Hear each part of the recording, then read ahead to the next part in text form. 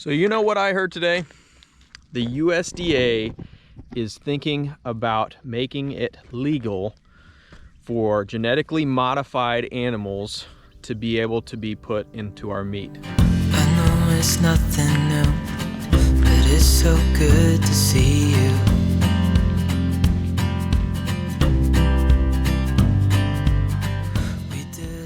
That bull almost looks like he's hiding in the cedars over there. What's going on, guys? My name is Noah Gordon and this is Broken Arrow Bison.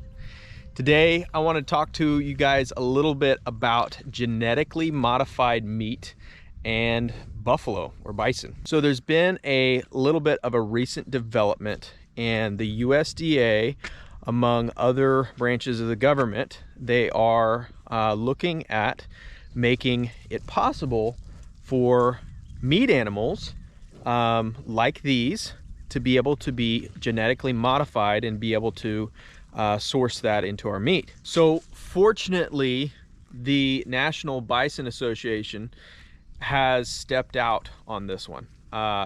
They have really tried to step up to the plate on this and to try to make a little bit of an awareness that the bison industry, as far as this is concerned, is not interested in this. You know, I understand that there's development that goes on in the world. I understand that people want to be able to look to new processes, but there's some things that I think that shouldn't be tampered with.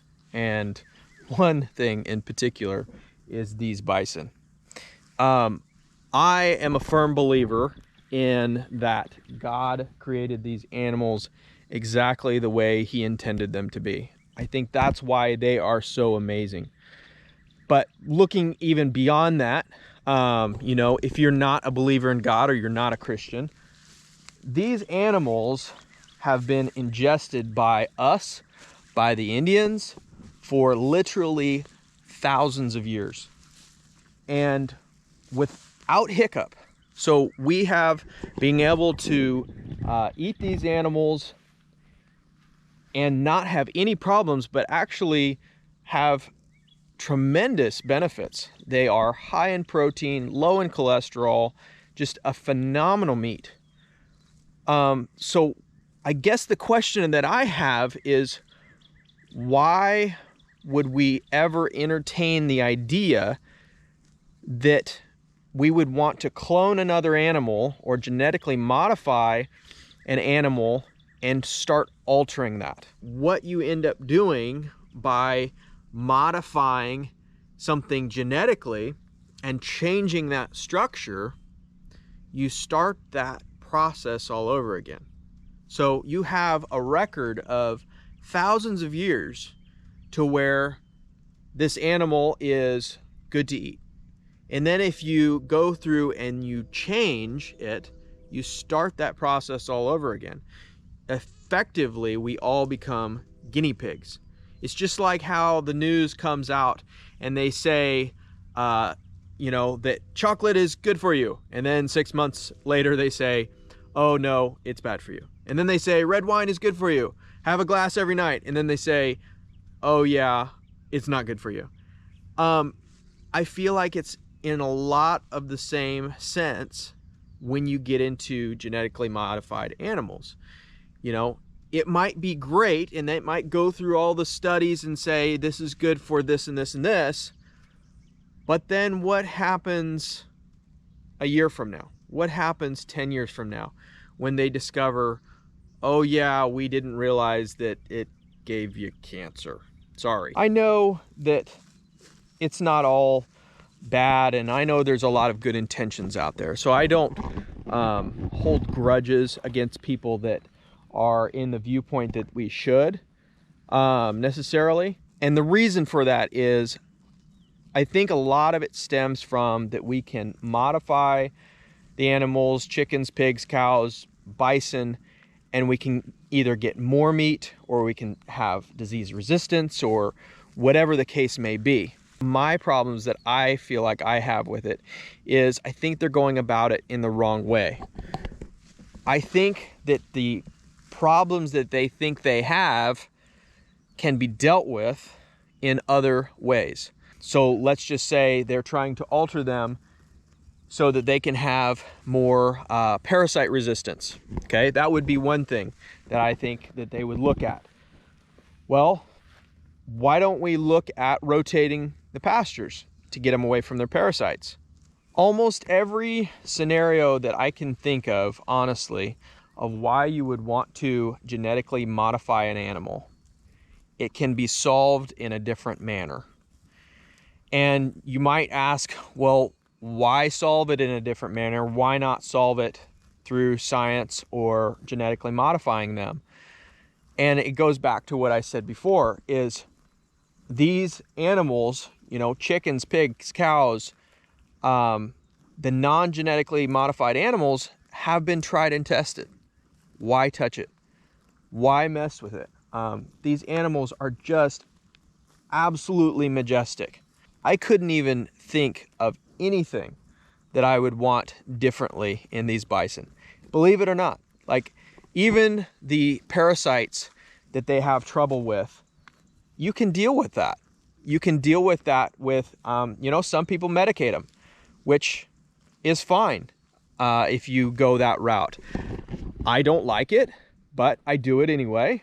But there's also things that you can look at, like changing their pastures out, getting less parasite loads. Or let's just say you're genetically modifying the animal to be able to have more meat production, okay?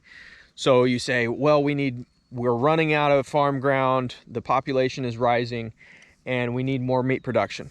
Okay, well, if you go into that argument, the average stock density rate in my area, like I said before, is about 5.5 to 1. That's 5.5 acres to 1 cow. So why wouldn't we just go into intensive grazing or rotational grazing? Well, if you go into intensive grazing, you can back that all the way down to 1 acre per animal or less. I've heard of guys going down to 0.4 acres per animal. So you can't tell me that by taking things like genetically modified animals, you're going to get those same results. You know, that is 5 times the amount of animals on the same amount of land. I feel like the approach is not directed correctly. I understand that there's a lot of concerns out there, like I said, about running out of farm ground. But the fact of the matter is there's plenty of farm ground.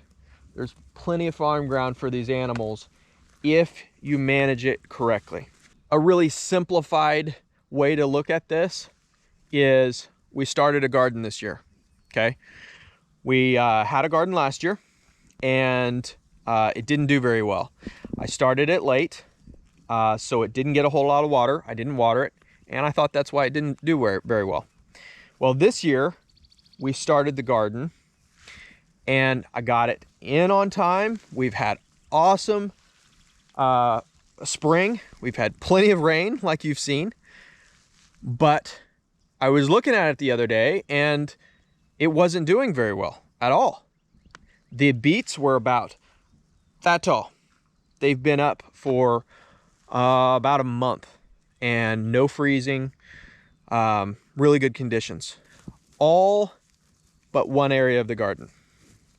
There was one area of the garden that all the beets were up about the size of my hand or larger, all doing about the rate that you would expect the garden to grow.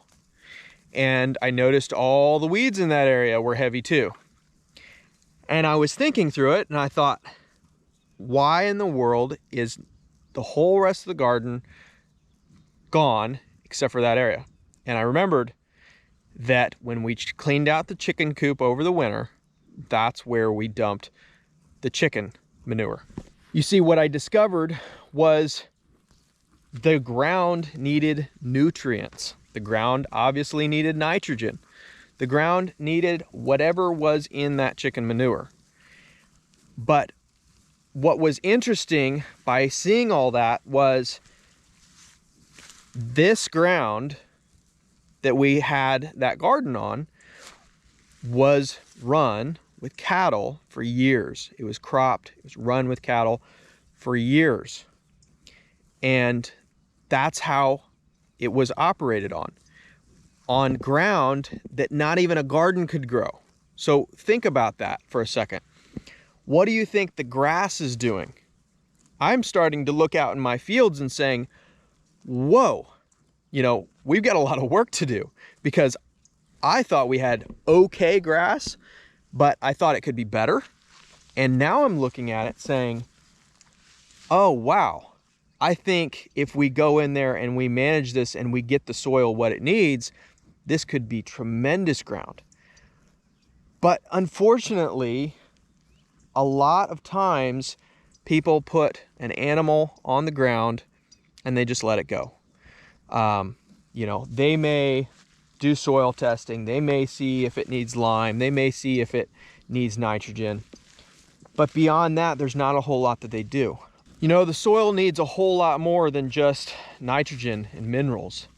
When you go into intensive grazing and things like that, what that does to the soil is, by laying the grass down, you're actually creating a bed.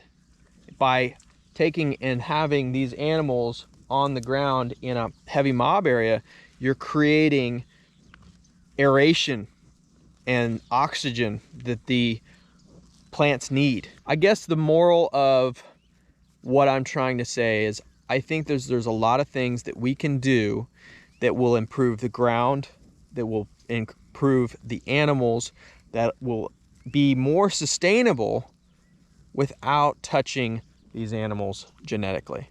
These animals are perfect.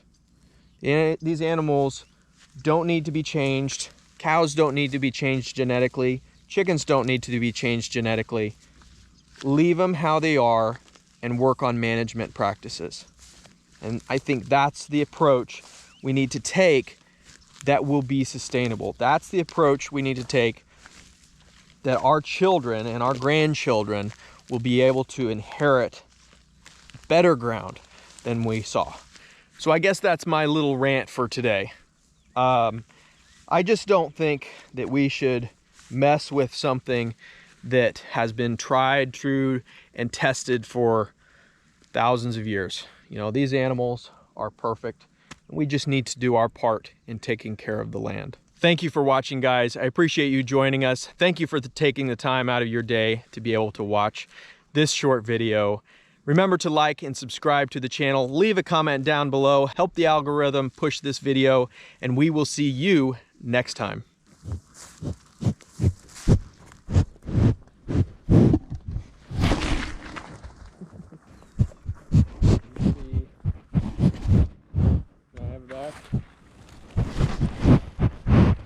Leave it alone, coyote. Let me have my camera back.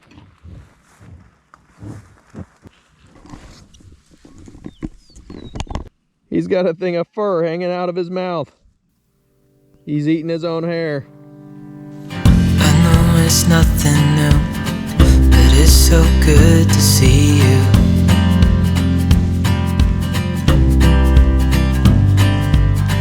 We do this every day, and I'm still so amazed by you.